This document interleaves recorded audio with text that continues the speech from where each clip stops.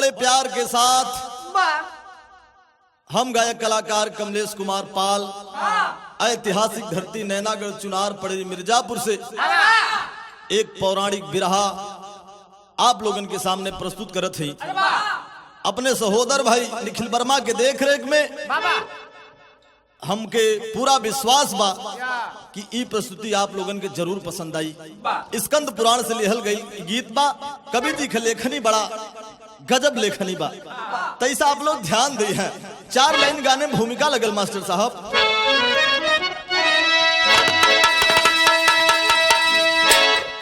तो है भारत की भूमि व देवों की नगरी, जहां देवता जन्म लेने को आए। भरथरी भीख ले ही लिए नार से, लेकिन सत्य को न अपने कभी वो डिगाए। भक्त सीवी हरिश्चंद्र दानी हुए, अरे कर्ण काले परीक्षा हरिशुरपुर पठाए। भक्त मोरन ध्वज का भी लिए हरि परीक्षा, कभी विदेशी से श्री राम गुरु ज्ञान पाए।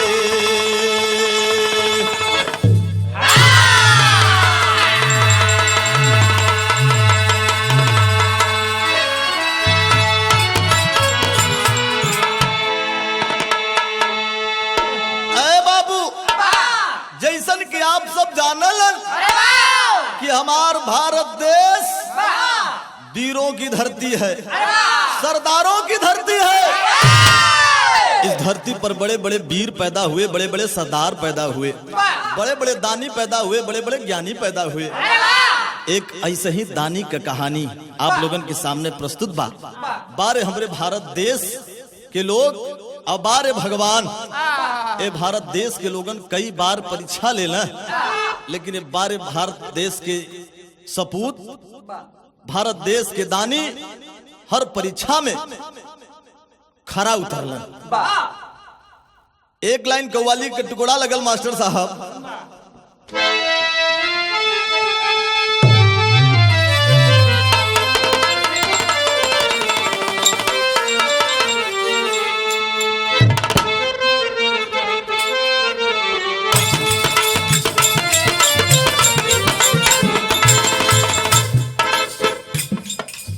कौनो प्रेमी प्रेमिका के दिल का दर्द कवि जी दर्शावत हुए। कैसे लाल?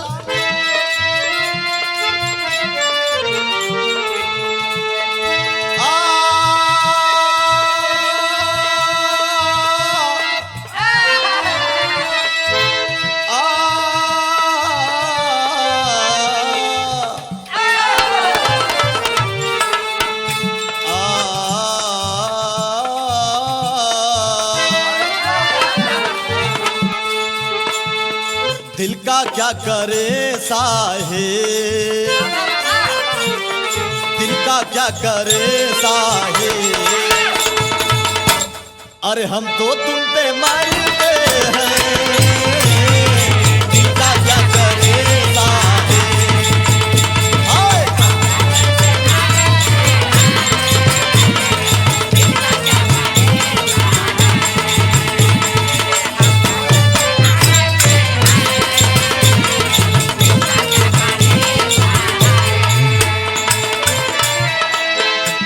अरे दिल का क्या करे साहेब, अरे हम तो तुम पे मरते हैं। जुर्म बस इतना है, हाँ दोस्त बस इतना है, क्या कि हम तुमसे प्यार करते हैं। अरे जुर्म बस इतना है कि हम तुमसे प्यार करते हैं।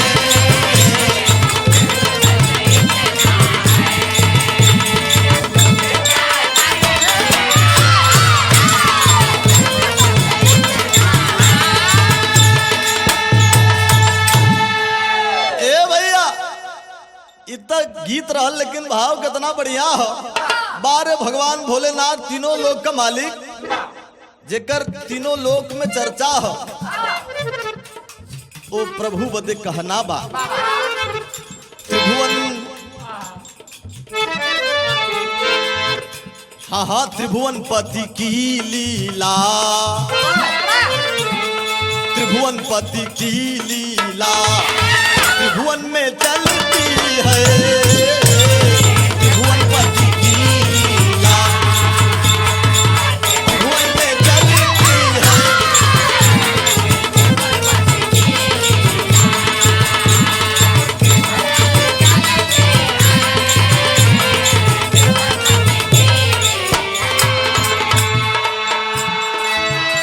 अरे त्रिभुवन पति की लीला, अरे त्रिभुवन में चलती है।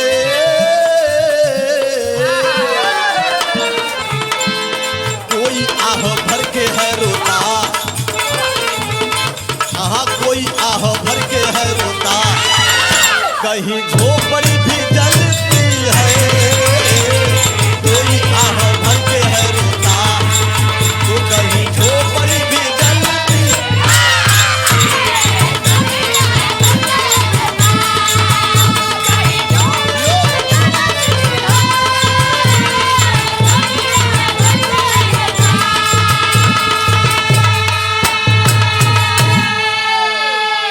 ए भैया, केहू सुखी बा तो केहू दुखी बा, लेकिन ओ कैलाश पर्वत पे बैठ के भगवान भोलेनाथ तीनों लोक के मालिक सबको देखत हुआ।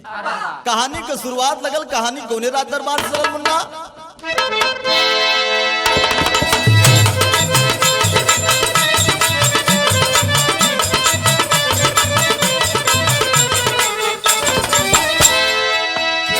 कांति नगर की सुनिए कहानी सुना रहा हूँ,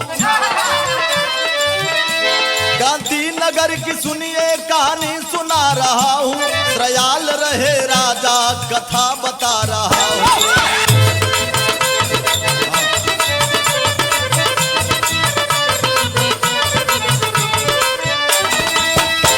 रानी थी जिनकी चागुड़ा इतिहास बताता,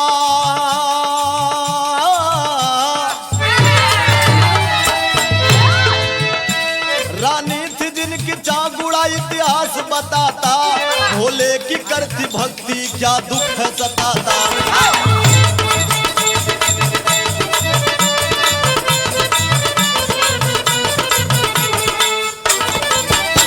संतान बिन दुखारी ताना को सुन रही है, संतान बिन दुखारी ताना को सुन रही है, भक्ति की चर्चा उनकी चहुदिस पनप रही है।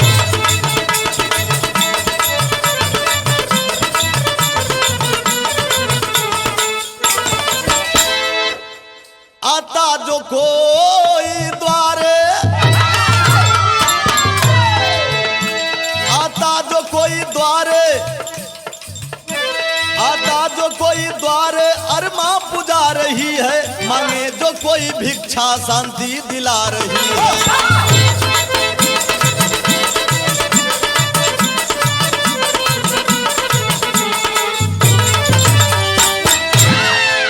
ए भैया, बात के समझ ला आप लोग। क्रांति नगर में राजा श्रयाल राज कर रहे थे, उनके रानी का नाम चागुड़ा रानी बतावल गई। बहुत बढ़िया से राज चलत बा।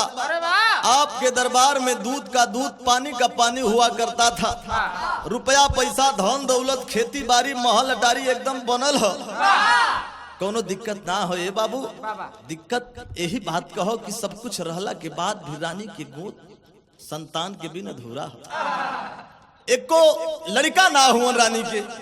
राजा के ही बात की चिंता बा कि आखिर राज्य का उत्तराधिकारी कौन बनेगा, यही बात का चिंता हो रानी और राजा के। ए पंचो, लेकिन रानी चागुड़ा के विश्वास रहल भगवान भोलेनाथ के भक्ति पर, बहुत बड़ी भक्तन, बहुत बड़ी पुजारन चागुड़ा रानी भगवान भोलेनाथ कर उन्हें भरोसा रहल आज न त काल जरूर भगवान हमरे गोदी में लाल दी है।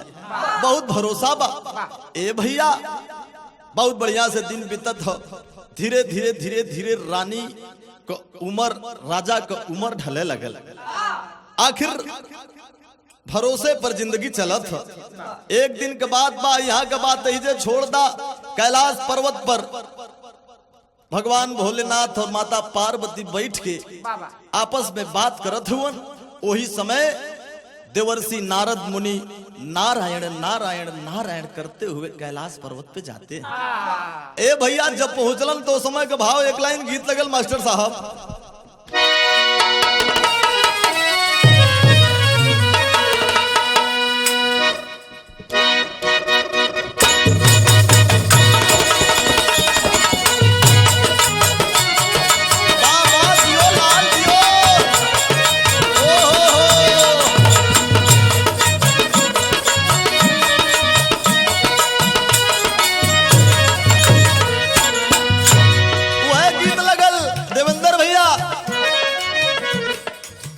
शहरी लड़की देहात के तरफ गई, शहरी कपड़ा पहिरले बिया और देहाती लड़का थोड़ा उजट होबे करन।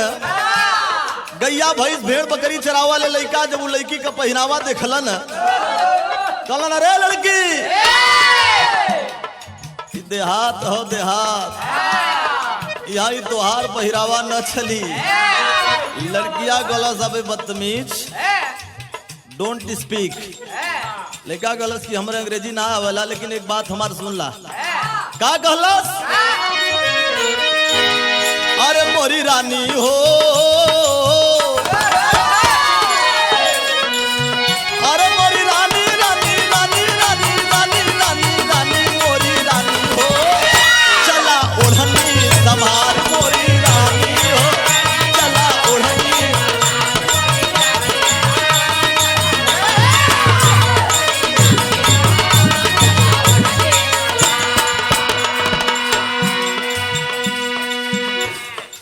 भैया ये तर्ज आप लोगन के मनोरंजन के लिए रहल, लेकिन भाव कितना बढ़िया हो। नारद मुनि नारायण नारायण करते हुए कैलाश पर्वत पे जब पहुंचलन है तो उस समय का भाव का हो।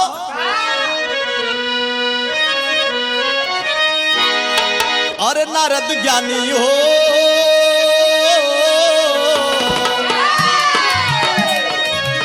नारद ज्ञानी ज्ञानी ज्ञानी ज्ञानी ज्ञानी ज्ञानी ज्ञानी नारद ज्ञानी हो, शिवलोक में आय नारद ज्ञानी हो।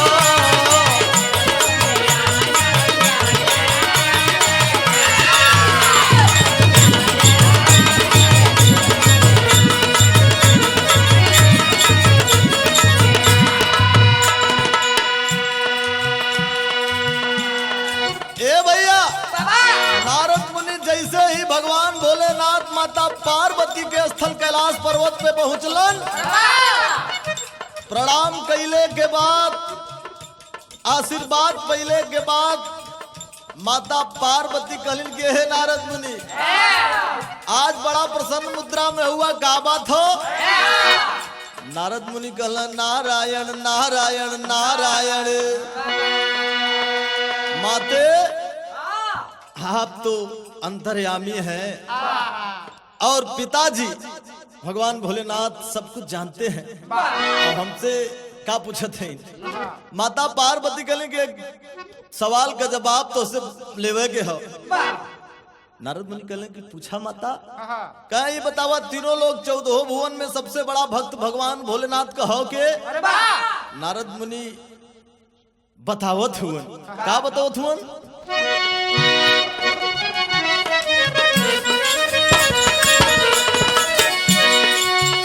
अरे सबसे बड़ा भक्त शिव के बाद त्रिभुवनवा,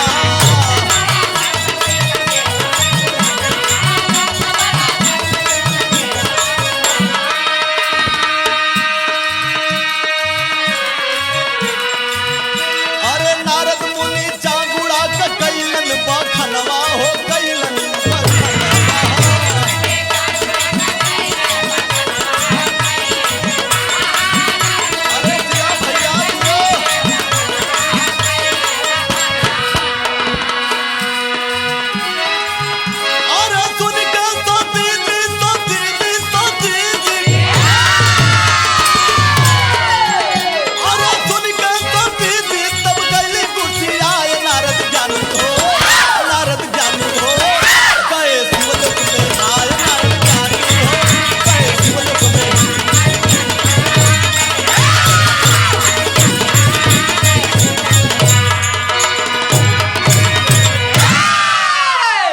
नारद मुनि कहला कि माते तीनों लोग 14 भुवन में सबसे बड़ा भक्त अगर केहू बा तो राजा श्रयाल का धर्म पत्नी रानी चागुड़ा।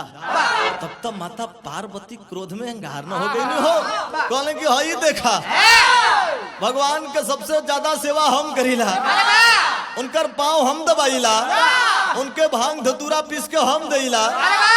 आई कौतुन की सबसे बड़ा भक्त अगर कोई है तो चागुड़ा रानी। इस बात को मैं नहीं मानूंगी। दोनों जने के झगड़ा देख के भगवान भोलेनाथ मुस्कियात हुए, कहला का हो नारद का बात है। माता पार्वती कहले कि प्रभु हिनकर दिखा सबसे ज्यादा सेवा आपको हम करी लाई कौतुन के सबसे बड़ा भक्त अगर कोई है तो रानी चागुड़ा। पार्वती माता छैलाए गई नहीं। भगवान भोलेनाथ मुस्कियात हुए, कहले कि चिंता मत करिए, उस भक्त का परीक्षा लिया जाएगा। परीक्षा ले बदे भगवान चलत हुए, कौने रूप में चलत हुए तनी एक लाइन तर्ज लगल मास्टर साहब।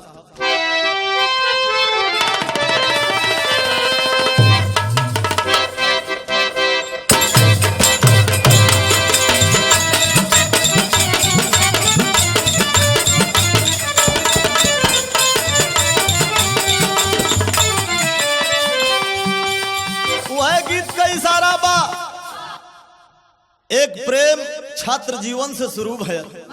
यही बनारस बीएचयू में देवेंद्र भैया एक प्रेमी और प्रेमिका साथ में जीने मरने की कसम खाते हैं।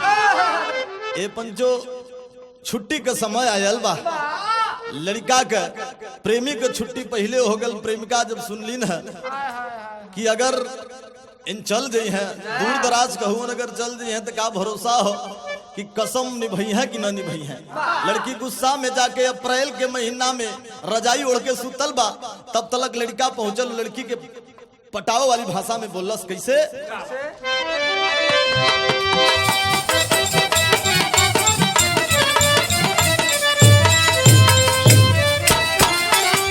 अरे तू का नियन तू बारू या सुबिया सुतल बारू रजाई में।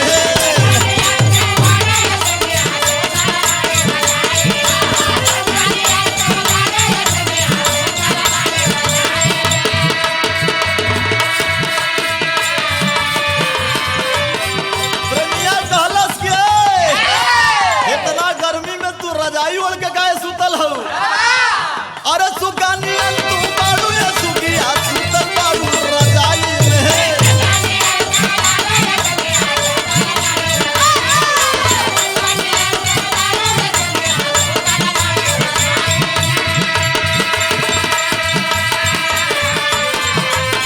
अरे सुगानिया तू बारू या सुगिया सुतल बारू रजाई में।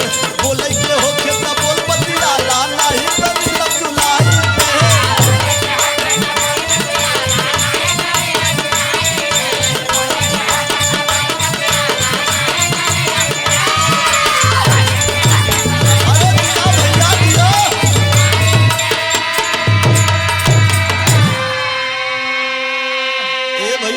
भाव सुने लायक लाइन है। भगवान भोलेनाथ ओ भक्त चागुड़ा रानी का परीक्षा लेवे चलन है, तनी कौने रूप में चलन है। अरे भेसवा भिखारी लिहलन सवारी रानी के जाके दुवरिया हो।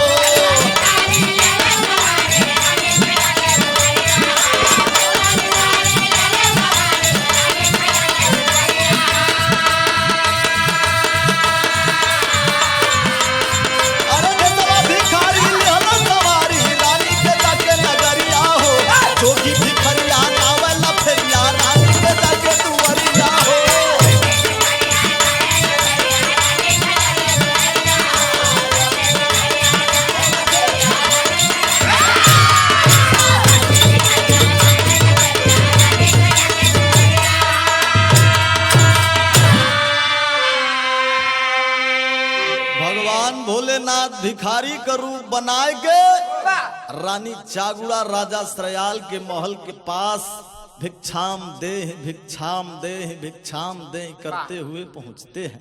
और जब पहुंचलन तब भयल का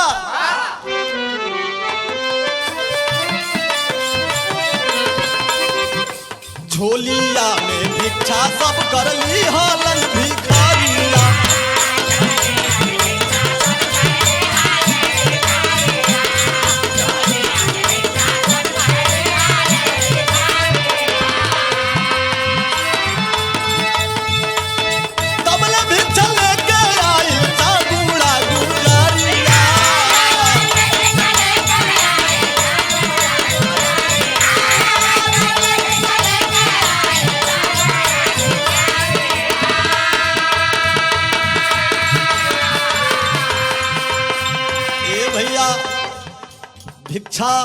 पूरे राजमहल के लोग उनको दे रहे हैं, लेकिन वही समय रानी चागुड़ा भी अपने महल से कुछ अनाज दान करे बदे वो भिखारी के, भगवान रूपी भिखारी के भिक्षा देवे जाते।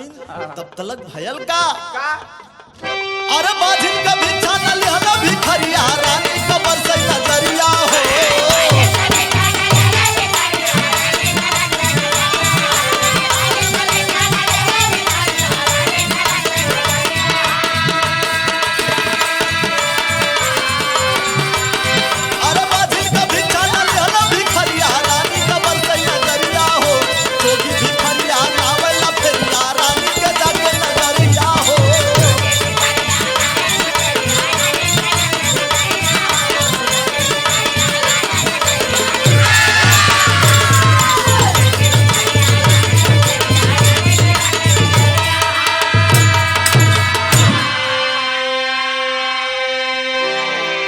सबका भिक्षा बड़ा प्यार से लिहला जोगी बाबा, लेकिन जैसे ही बारी चागुड़ा रानी के आइल अपने महल में से कुछ अनाज लेके देवा चाहते हैं, तब तलक वो जोगी अवघड़ आवाज देता है, अरे दुष्ट चांडाली नारी, तू बाजिन है, तेरे हाथ का भिक्षा लेकर मैं अपना दिन खराब नहीं करना चाहता।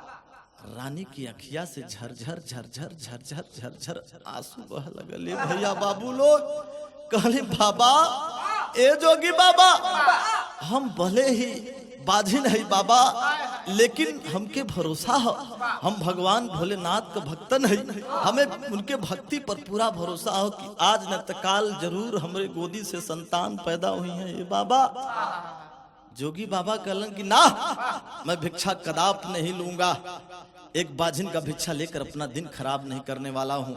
ए बाबू, रानी चागुड़ा वो जोगी बाबा के पांव पकड़ के लगनी रोवे, इतना रोलिन बाबूजी, इतना रोलिन की आंख से आंसू बहे लगल, आंख से आंसू निकले लगल। रानी की पूरी साड़ी भीग जाती है, आंसू की धारा जमीन पे बहने लगती है। आखिर उनकी रुदन को देख करके उस जोगी बाबा को, भगवान रूपी बाबा को दया आ जाता है। बाबा कहलन कि ऐ रानी, तुम्हें भगवान की भक्ति पर इतना भरोसा हो तो ला, अपने झुलिया से थोड़ा सा प्रसाद निकाल के देना कि ला यही के खाई लिया, और 9 महीना बाद तुम्हें एक सुंदर लाल पैदा हुई। इतना कहते जोगी बाबा अलख जगौलन चल गईलन।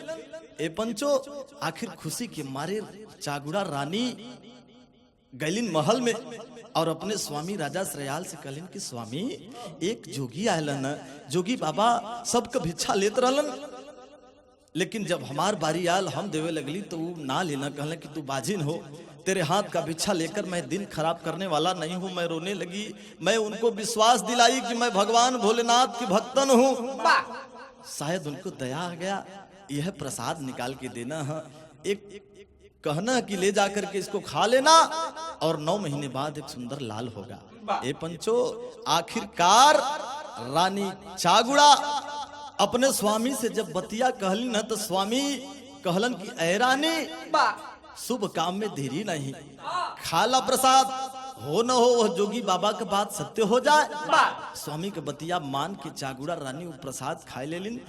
धीरे धीरे धीरे 1-2 महीना के बाद सगुन झलके लगल, रानी गर्भवती भइलिन। 1 महीना बीतल, 2 महीना बीतल, 4 महीना बीतल, 6 महीना बीतल, 8 महीना बीतल, 9वें महीना के बाद एक सुंदर लाल का पैदाइश भइल। राजमहल में चारों तरफ खुशहाली दौड़े लगल। ए बाबू, जो राज दरबार सुना सुना लगत रहल, वो राज दरबार आज लाल के पैदा भइले से, लड़का के पैदा भइले से किलकारी गुजे लगल वो राजमहल में। धीरे धीरे धीरे समय बीते लगल। राजा रानी खुशी में अपने प्रजाओं को ढेर सारा रुपया पैसा सोना चांदी धन दौलत दान देते हुए। लड़का का नाम रखायल चिल्ल्या, नामकरण भयल। आखिर चिल्ल्या बढ़े लगल। धीरे धीरे धीरे धीरे 2 साल 3 साल 4 साल 5 बरस को हो गल। लड़का 5 बरस को हो गल तो धीरे धीरे कुछ दिन बीतल। आगे वाली घटना विदेशिया के अंदर भाव में बा।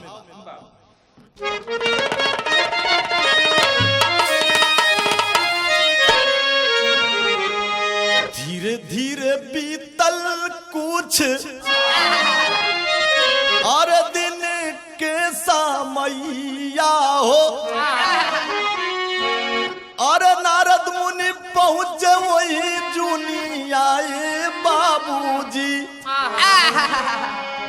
नारद जी से पूछली सवाल गिरजा मैया हो, अब के कर भक्ति यही दुनिया बाबूजी। नारद मुनि नारायण नारायण करते हुए फिर से कैलाश पर्वत पे पहुंचलन। माता पार्वती भगवान भोलेनाथ से प्रणाम कैलन। माता पार्वती सोचत हैं कि अब तो भाई चागुड़ा रानी पुत्रवती हो गई बा, लड़का वाली हो गई बा, संतान वाली हो गई बा। अच्छा अब नारद जी से पूछी कि अब सबसे बड़ा भक्त तीनों लोक में भा की।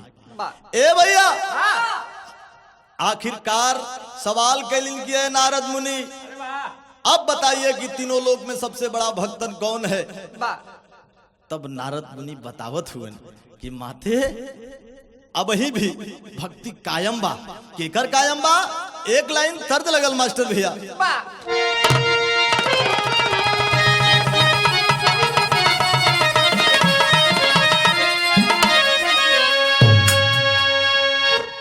अरे सुन कैल बलमु, सुन कैल बलमु की कचौड़ी गली सुन कैला राजा मोर। अरे हमारे मिर्जापुर के कैला गुला जार हो कचौड़ी गली सुन कैला बना।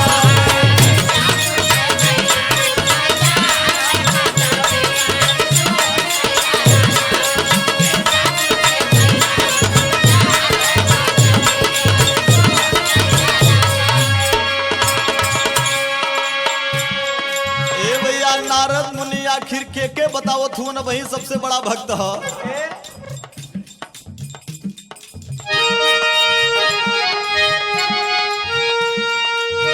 अरे बोले नारद ज्ञानिया,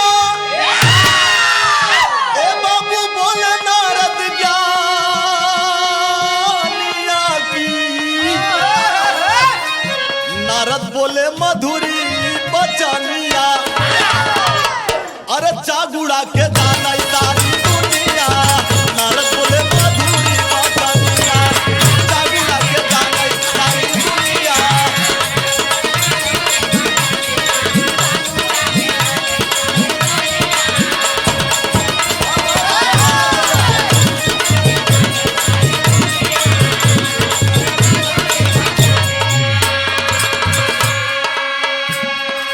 नारद मुनि कहलन कि अरे माते अब ही भी तीनों लोक में अगर कोई बड़ा भक्त है भगवान का वो है चागुड़ा रानी, राजा श्रेयाल की धर्म पत्नी। तब तक माता पार्वती के फिर से न क्रोध लग गयल। सुन के बचान सती गली गुसियाई,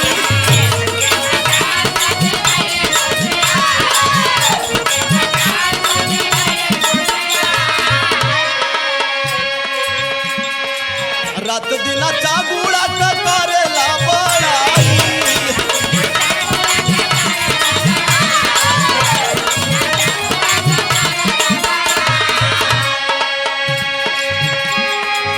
अरे रात दिन चागुड़ा का अब करेला बड़ाई की। तबले मुस्काए भोले दानिया, तबले मुस्काए भोले दानिया।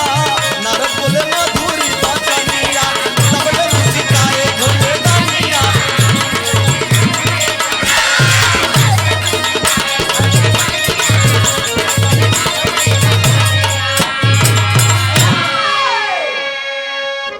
ए भैया नारद मुनि के बतिया सुनते माता पार्वती क्रोध में लाल हो गई। कली है नारद जब अइबा तब वही चागुड़ा रानी के बड़ाई करबा तो के और के भक्तन ना देखा था। आखिरकार नारद मुनि कहलन कि माते अब ही भी सबसे बड़ा भक्त हमरे देख रेख में अगर कोई हो तो चागुड़ा रानी भले ही पुत्रवती हो गई है, लेकिन अभी रातों दिन भगवान के भक्ति में उसका समय बीतता है। माता पार्वती छैराए गई, सिलवट लोढ़ा उठा के फेंक देली। कहली के भोले भंडारी इन नारद मुनि के समझाया था कि जो भाई है तब वही रानी चागुड़ा का बड़ाई करी है। अरे अब तो चागुड़ा रानी पुत्रवती हो गई बा, ओकर 5 साल का बेटवा हो गया बा चिल्ला। अब कौना चीज का भक्ति करत हुई, इस बात को मैं नहीं मानूंगी। तब तलक भगवान भोलेनाथ बगल से मुस्कियात हुए, कहलन कि का हो नारद दवा का भयल। माता पार्वती कहले कि प्रभु ये नारद के समझाया था, नहीं तो आज इनकर हमार बहुत बरियार लड़ाई हुई। जब यहाँ तब वही चागुड़ा रानी के देखले हुए, अरे मैं भी तो आपकी भक्ति करती हूँ। भगवान कहलन की रानी चागुड़ा घबरा मत, इनकी फिर परीक्षा हुई। पार्वती माता कहली कि ना भगवान ना, एक बार गईला तो के लड़का दे देला, ए दबा दे बात कुछ और दे दबा, तोरे पे भरोसा ना हो। कह कि भाई भरोसा ना हो तो तू चला संगे। हाँ माता पार्वती कहनी कि हमहू चलब। यदि पारी नारद मुनि कहला प्रभु हमहू चलब। देखा भगवान भोलेनाथ एदवा कौने रूप में परीक्षा लेवे चलत हुवन, बड़ा गजब का रूप बनौलन। माता पार्वती और नारद मुनि बगल से परीक्षा देखे बदे चलत हुवन। आखिर भगवान परीक्षा लेवलन कैसे, ए भैया बड़ा गजब रूप बनौलन है। अब चलन है परीक्षा लेवे, कौने कौने रूप में चलन एक लाइन तर्ज लगल भैया।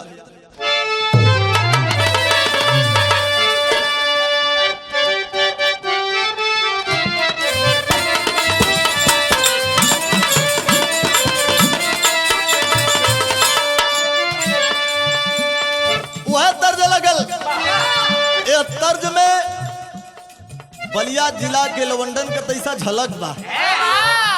बलिया जिला में लवंडा आज भी बड़ा झूम के गावन है के 2-3 गो लवंडा रही है, एक ठे गोर रही, एक ठे करिया रही, एक ठे मोट रही, एक ठे पातर रही। वही में एक ठे जोकर रहला, 75-80 किस्म का कपड़ा पहनले रही, फटहवा बांस ले ले रही, सवाल जवाब करन सब। पहिलका लवंडवा कैसे गाई,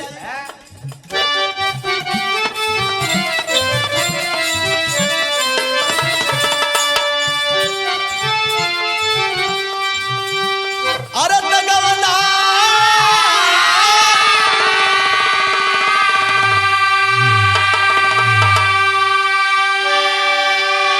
अरे गवना करावला ये पियवा घारे बैठावला ये राजा घारे।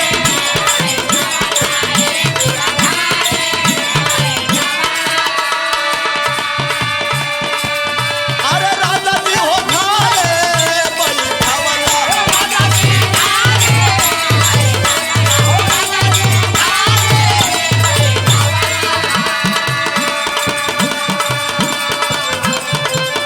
अपना तगैला बलमदी, अपना तगैला बलमदी, गुरु हो मान दिया, अपना तगैला बलमदी, गुरु हो मान दिया।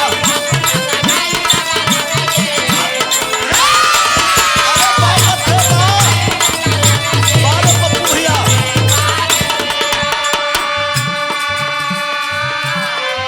ये तो पहिलका गाई, तब तलक दूसर का है, आ वो बड़ा झूम के गावला देवेंद्र भैया। कैसे गाई, अरे के करा से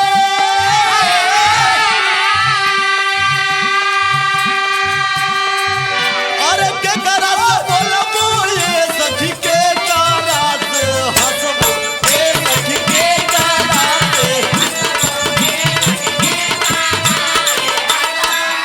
अरे सखी हो के करा से हंसबो ये सखी,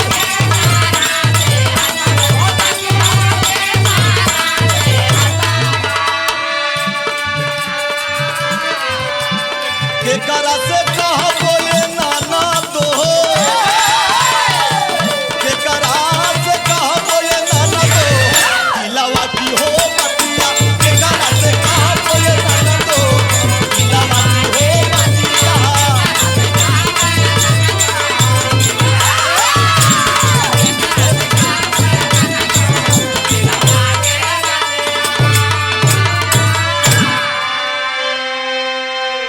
तब तलक जवन जो कड़वा रहला 75-80 किस्म का कपड़वा पहले फटहवा बसवा ले तू जवाब दी बड़ा अदायगी के साथ झूम के घूमत के आई कहिए है घुरभारी भैया इन्होंने 5 रुपए का पुरस्कार दिया है। मैं इनको आगे से पीछे से अगल से बगल से शुक्रिया अदा करती करती करती उका गाई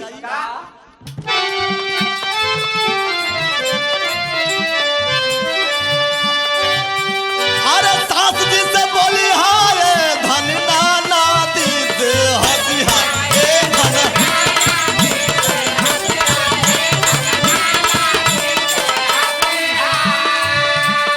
अरे ये हो धन नाना दी से हसी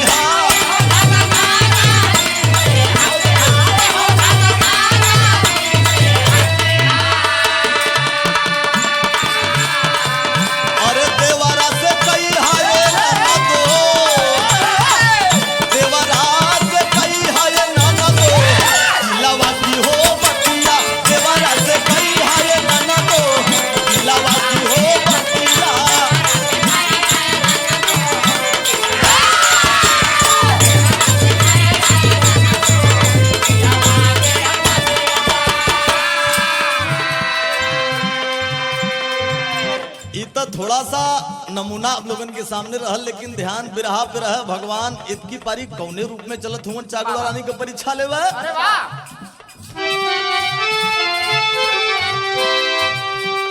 अरे तभे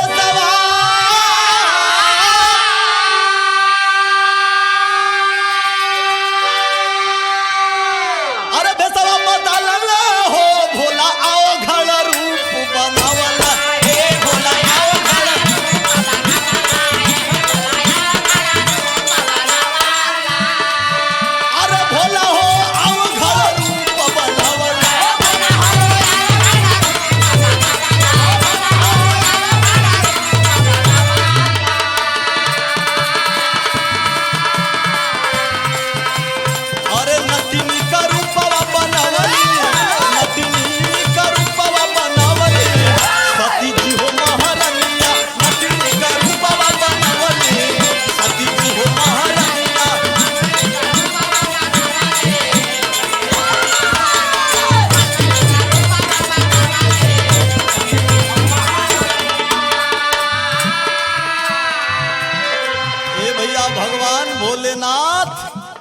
अवघड़ का रूप बना लेलन एकदम नंग बदन अवघड़ बाबा गले में मूड़ी का माला हड्डी का माला पहिर के विचित्र रूप बना लेलन बाबू आखिर नंग बदन हो गए शरीर से पीऊ बहत मक्खी भिन भिनात है उनके पास कोई चाई न ऐसन रूप रहे ए पंचो आखिर बगल से परीक्षा देखे बदे माता पार्वती नटिन को रूप बनौलिन नारद मुनिकर शिष्य बन के अगल बगल से परीक्षा देखे बदे चलन है आज जब परीक्षा लेवा बदे भगवान भोलेनाथ रानी चागुड़ा राजा श्रयाल के दरबार के पास जब पहुंचलन हो तो वो समय का भाव टेरी से लगल मास्टर भैया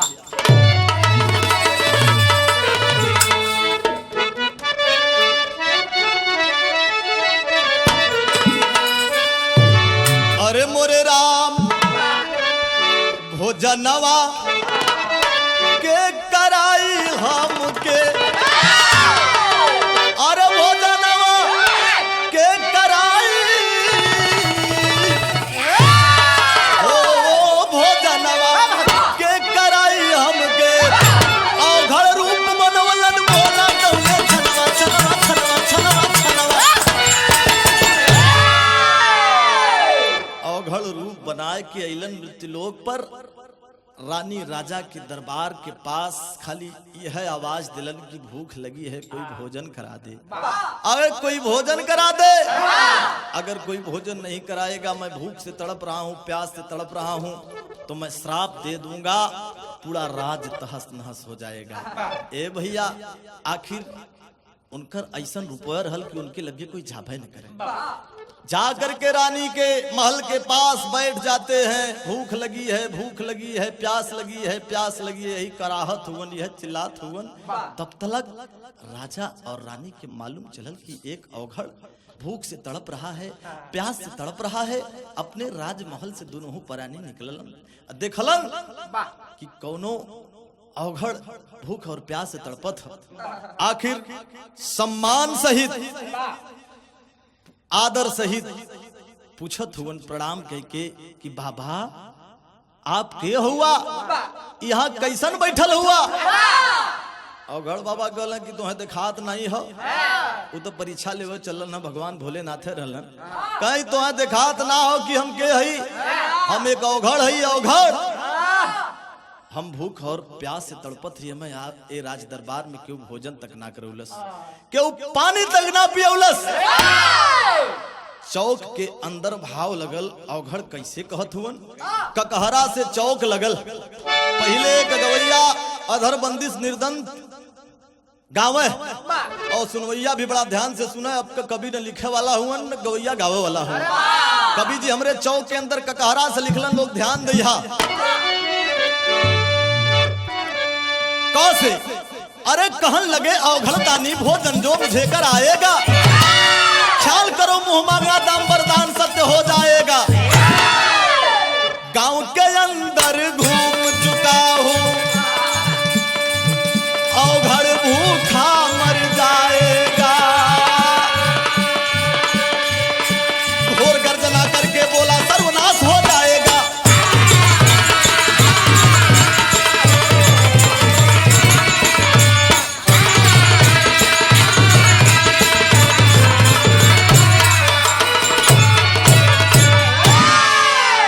इतना बतिया अवघड़ बाबा कहलन है।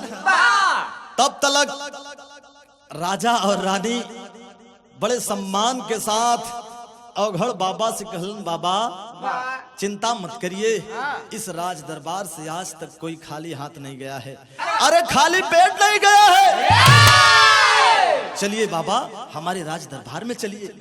ए भैया जेके लोग देख के दूर से भागत रह, जेकरे शरीर पे मक्खी भिनभिनात रहली, वही अवघड़ के राजा और रानी सम्मान सहित अपने गोदी में उठौलन है। उठा करके राज दरबार में ले जाकर के जौने अवघड़ से लोग दूर भागत रहलन, जेकरे शरीर पे मक्खी भिनभिनात रहलिन, पीऊ बहत रहल, वही अवघड़ के राजा और रानी उठा करके ले गए और स्वच्छ जल से नहलाने धुलाने के बाद, सुंदर वस्त्र पहनाने के बाद राज सिंहासन पे उनको बैठाते हैं कि बाबा क्या चाहिए आपको, क्या खाएंगे आप, पूरी खाएंगे, पकवान खाएंगे कि फल खाएंगे, जो भी इच्छा हो बाबा आप जाहिर करिए।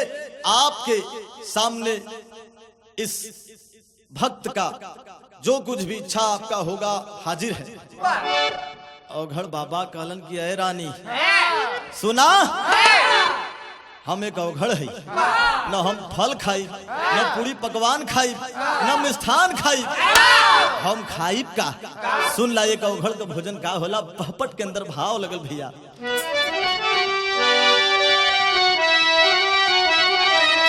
अरे मानुष मांस का करावा भोजनावा मनवा लागल बा। अरे मानुष मांस का करावा भोजनावा मनवा लागल बा। अरे अवघड़ दानी बोलला तौने छनवा मनवा लागल बा।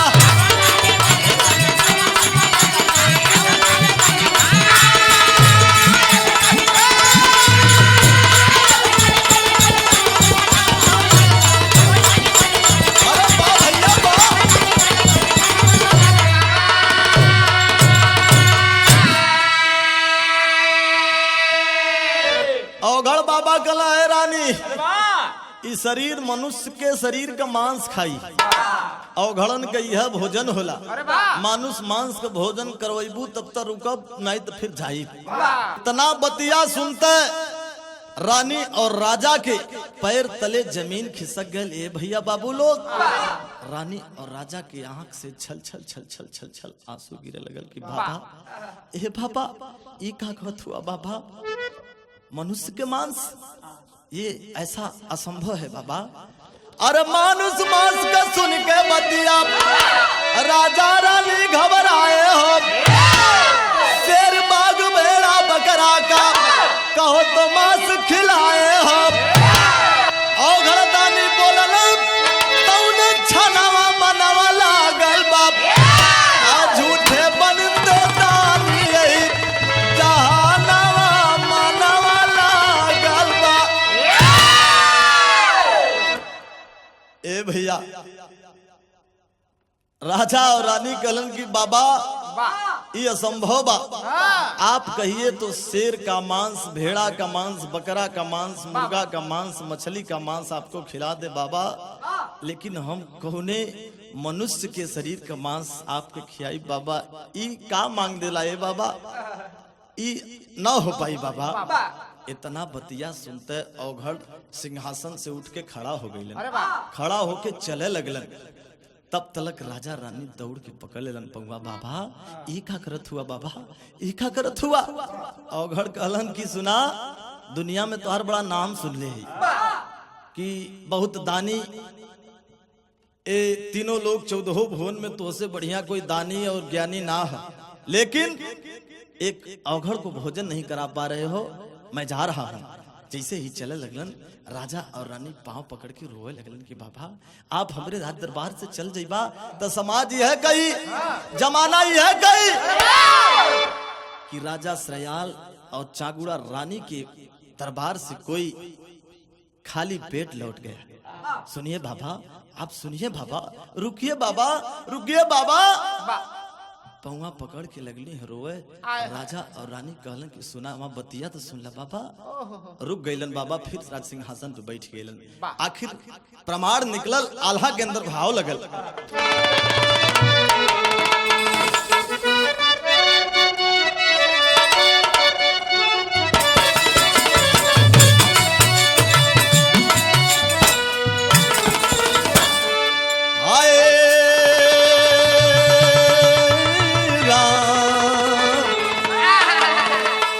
राजा रानी के पड़ल ए बाबुआ फत में परनवा भैया,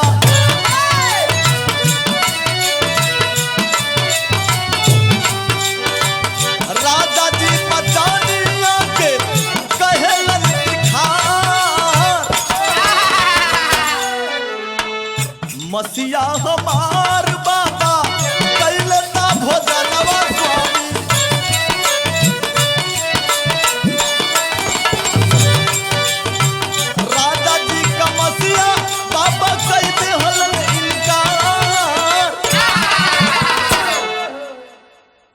राजा खड़ा भइलन कि बाबा अब हम कौने मनुष्य का मांस खियाई बाबा, हमारे शरीर का मांस खा लेता आपको पेट भर जात बाबा, लेकिन वो अवघड़ भगवान रूपी है, वो तो परीक्षा लेने चले हैं।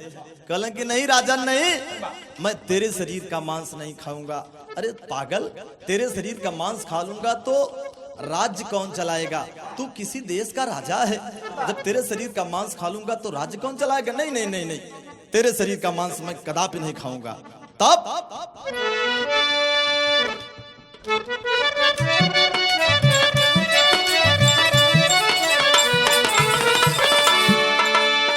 सुन के बचन आता बा बोलली रनियावा भैया,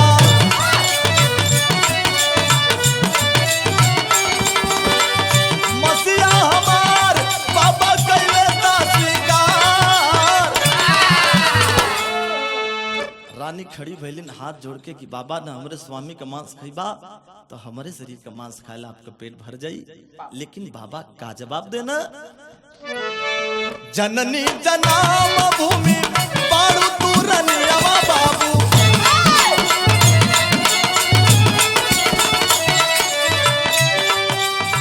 क्रोधवा में अवघड़ दानी भइलन अंगार। रानी कहली कि प्रभु हमारे शरीर का मांस खाएला बाबा, अवगढ़ कहना करे पगली, मैं तेरे शरीर का मांस कैसे खा सकता हूँ? अरे तू तो किसी बच्चे की माँ है, तेरा एक बेटा है 5 वर्ष का, तू तो जननी है किसी बच्चे की, माँ है किसी बच्चे की, तेरा मांस खा लूंगा तो तेरा बेटा कैसे रहेगा? नहीं रानी नहीं, मैं तेरा भी मांस नहीं खाऊंगा। क्रोध में उठलन अवघड़ चले लगे।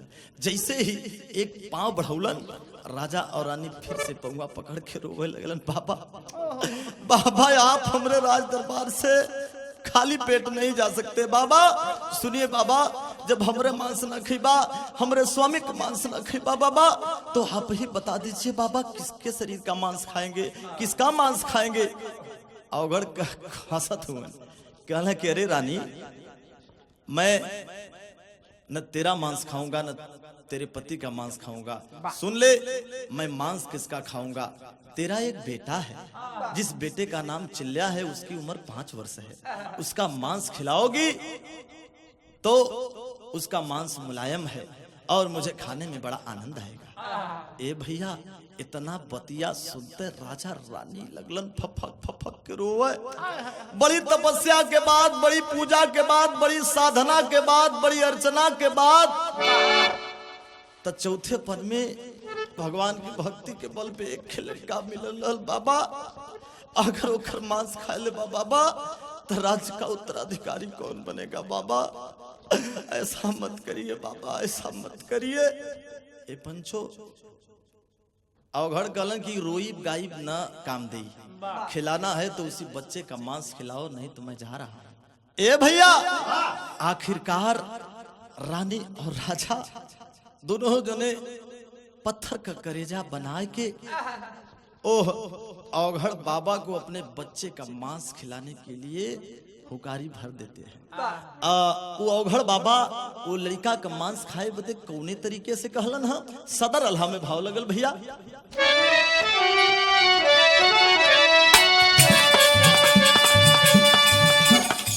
देखा सतीश भैया, यह परीक्षा है। आज कलयुग में अगर सही का भगवान आ जाए, जे करे 10-5 लड़का रहे, कहे भैया फलनवा लड़का का मांस खिया दा, तो भैया बाबू लोग उठैया लाठी कहे दाद तेरी भगवान की। लेकिन वो जमाना रहल कि भगवान भक्तों से हारा करते थे। अवघड़ कहलन, का कहलन?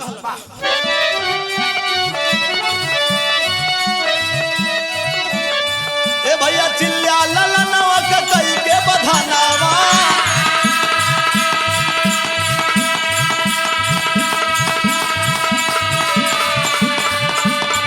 अरे भोजन करावाया जय अपन दुआर।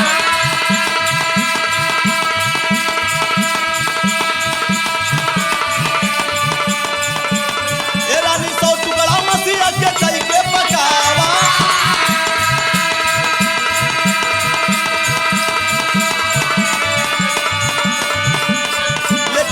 नहीं अखिया से असुवन का धार।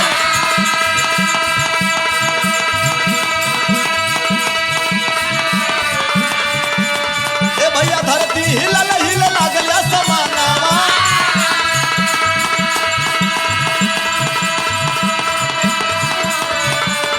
अब रानी भोजनवा तब कैली तैयार।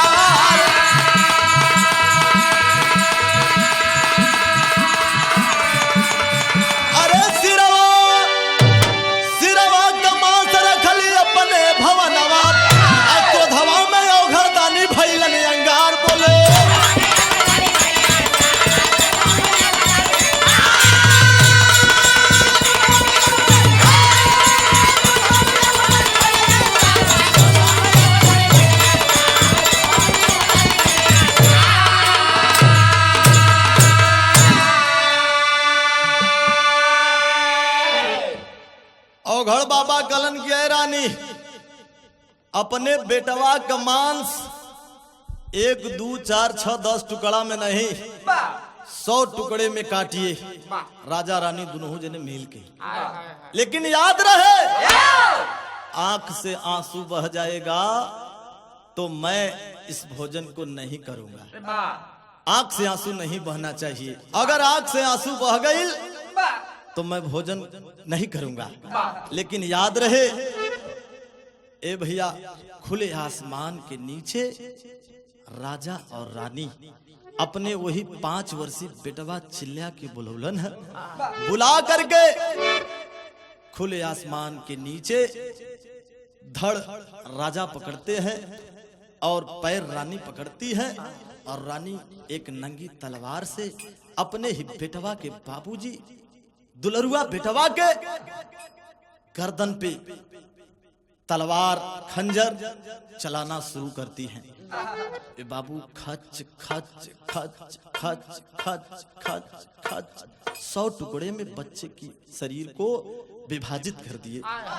ए पंचो आखिर विभाजित करने के बाद भोजन पकाने लगती है। भोजन पकौला के बाद भोजन ले जाते परोसे। रानी एक ठे चालाकी कह दिले रहने, कौन मुड़िया वाला भाग रहल ओके छुपा के रख ले रहनी अपने घरे में, अपने महल में मुड़ी वाली भाग को छुपा दी थी। भोजन पका करके पंचो भोजन पका करके वो रानी ले करके परोसा जाते हैं। और देखलन अवघड़ तक भाई वो अवघड़ कोई और तना रहल, भगवान भोलेनाथ ही रहल, वो तो अंतर्यामी हुए। वो कहलन क्या है रानी, अरे दुष्ट चांडाली रानी, तुम मुझे अधूरा भोजन करा रही है, इसमें तुम मुड़ी वाला भाग ही नहीं है। जो असली मांस का मजा रहला वो मुड़िया में रहला, और तुम मुड़ी वाला भाग ना लिया लो। थाली को उठा करके फेंक देते हैं अवघड़। रानी और राजा लगल फपक फपक रोए। रानी का दिन बाबा हमारे इकलौता बेटा चिल्ला रहलन, मुड़िया के अब तो छुपा दिले रहनी बाबा कि जब तक ये मुड़िया रही तब तक एक यादगार रही कि हमार भी एक ठे लड़का रहे, यही बदे छुपा ले रही बाबा, और कोनो बात ना हो बाबा। कहा कि नहीं, वो मुड़ी वाले भाग के भी लिया के दोनों प्राणी राजा और रानी ओखली में कूटा है, कूट कूट के मंगल गीत गावा, और वही मुड़ी वाले भाग का चटनी बनाए के हमके परोसा, तब तक खाई ना तो फिर ए भैया बजर का करेजा बनाए कि रानी गैलिन महल में। और जब महल में गैली न साथियों तो वो मुड़िया के एक संदूक में रखले रहने, और मुड़ी के लिया के वो खली में कूटे लगले। राजा और रानी दोनों जने मिलके गीत गावत हुवन, ओम नमः शिवाय, ओम नमः शिवाय, ओम नमः शिवाय। आंख से आंसू नहीं बहना चाहिए, अगर आंख से आंसू बहा तो भोजन नहीं करेंगे। गाय गाय के वो चटनी बना के एक बर्तन में मुड़ी वाला भाग और एक थाली में वो जो मांस बनल बा फिर से ले जाथिन परोसे। और जब ले जाथिन परोसे तो उस समय भाव खड़ी से लगल,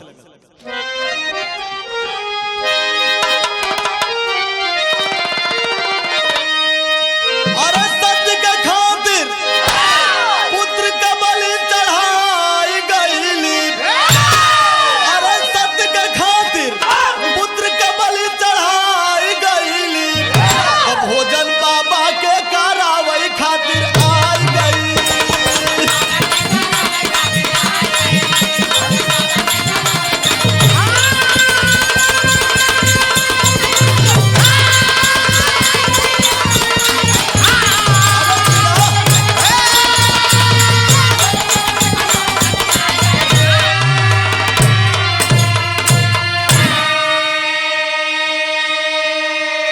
सत्य के खातिर पुत्र का बलि चढ़ाई गईली, भोजन बाबा के करावे खातिर।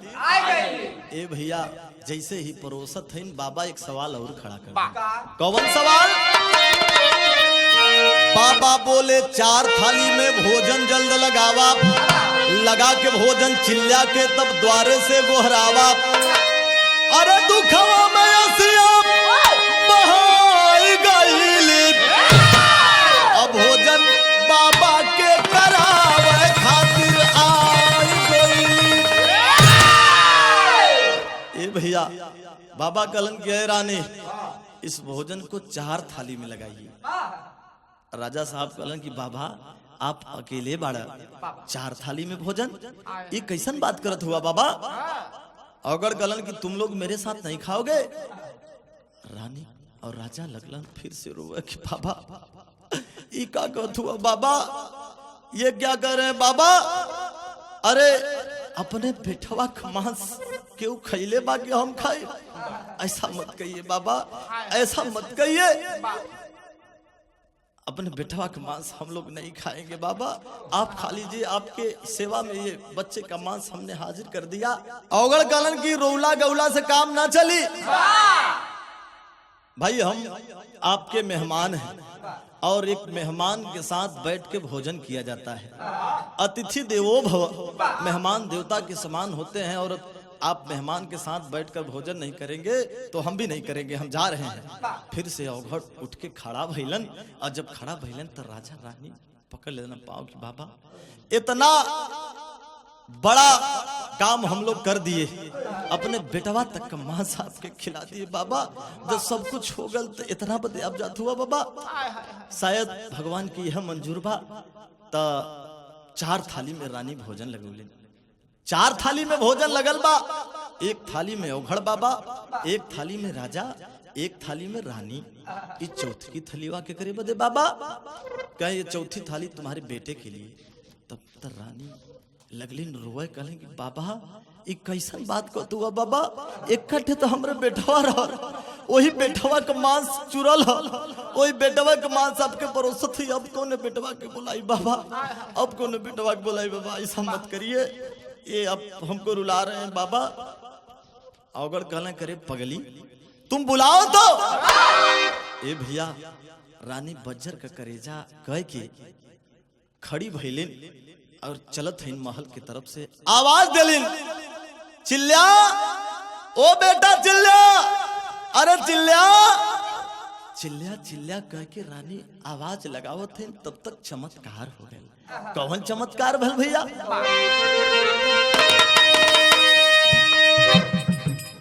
चिल्ला चिल्ला कह करके रानी आवाज लगाई, दौड़ के बालक माता के गोदिया के लिपटाई, शिव जी उमा भवानी प्रगटाई गई, भोजन बाबा के करावई खातिर आई गई।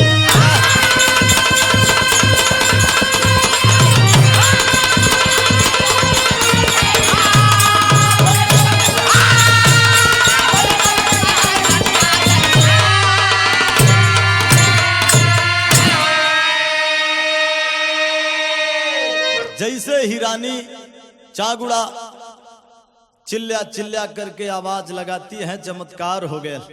वह लड़का 5 बरस का चिल्ला मुन्ना वही महल में से जो लड़का का मांस चुरल बा, वह लड़का वही महल में से दौड़ल भागल, माँ माँ माँ माँ माँ करते हुए माई की गोदी से लिपटा जाता है।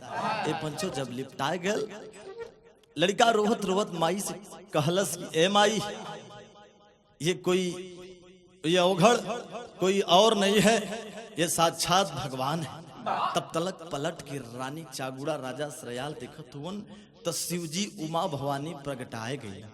भगवान भोलेनाथ, माता पार्वती और नारद मुनि अपने असली रूप में आ गए। नारद मुनि और रानी माता पार्वती अगल बगल से परीक्षा देखत रहलन अदृश्य रूप में। ए भैया प्रकट हुए और जब देखलन तो दौड़ के राजा रानी दोनों जने भोलेनाथ और माता पार्वती और नारद मुनि के पांव से लग गईलन। कहलन प्रभु आप। माता पार्वती झुक के रानी चागुड़ा से प्रणाम कैलिन और गले लगाए लेलिन कि बहिनी हम ही के घमंड हो गया रहल, हमारे पास इतना ज्यादा घमंड हो गया रहल कि हमरे दिल में यह रहल कि सबसे बड़ा भक्त तीनों लोग 14 भुवन में अगर कोई हो तो हम ही। लेकिन आज तू सिद्ध कह दिलू कि तुझसे बड़ा भक्त इस तीनों लोग 14 भुवन में कोई और नहीं है। अगर कोई है तो चागुड़ा रानी है। क्षमा कहदा बहनी, हम ही से गलती हो गई रहल। भगवान भोलेनाथ बड़ा खुश बड़ा कहलन के चागुड़ा रानी मांग ले, आज हम तुम्हारे ऊपर प्रसन्न है, मांग ले कोई मांगन। चागुड़ा रानी कहली कि हे प्रभु आपके कृपा से सब कुछ भरल बा, रुपया पैसा धन दौलत खेती बाड़ी महल अटारी हमार लड़का भी हमके मिल गल, हमें कुछो न चाहिए। लेकिन प्रभु एक ठे बात आपसे कहब कि यह युग में तो हमसे परीक्षा आप ले लेला, लेकिन कलयुग में ऐसा परीक्षा भक्तन से मत लिया, नहीं तो आपका अपमान हुई, सम्मान न हुई। ए भैया वही समय स्वर्ग से पुष्पक विमान आता है, देवता फूलों की वर्षा करते हैं। रानी चांगुड़ा और राजा श्रयाल को उसी पुष्पक विमान पे बैठाया जाता है। चिल्ला मुन्ना के भगवान भोलेनाथ अपने हाथ से राज तिलक करके उस राज्य का उत्तराधिकारी बनाते हैं और राजा रानी को जीते जी स्वर्ग का स्थान दिया जाता है। यह रहल भक्तों में भक्त महाभक्त रानी चांगुड़ा और राजा श्रयाल की दानी की कहानी। साथियों, यह तमाम दानी आप लोग सुन ले होगा, लेकिन एक ऐसा दानी हृदय विदारक, एक ऐसा रानी जे की अपने पुत्र तक की बलि चढ़ा करके भगवान की भक्ति में एक अलग स्थान लाती है। तो यह रहल रानी चांगुड़ा दानी की कहानी। अंतिम लाइन में कहना बा,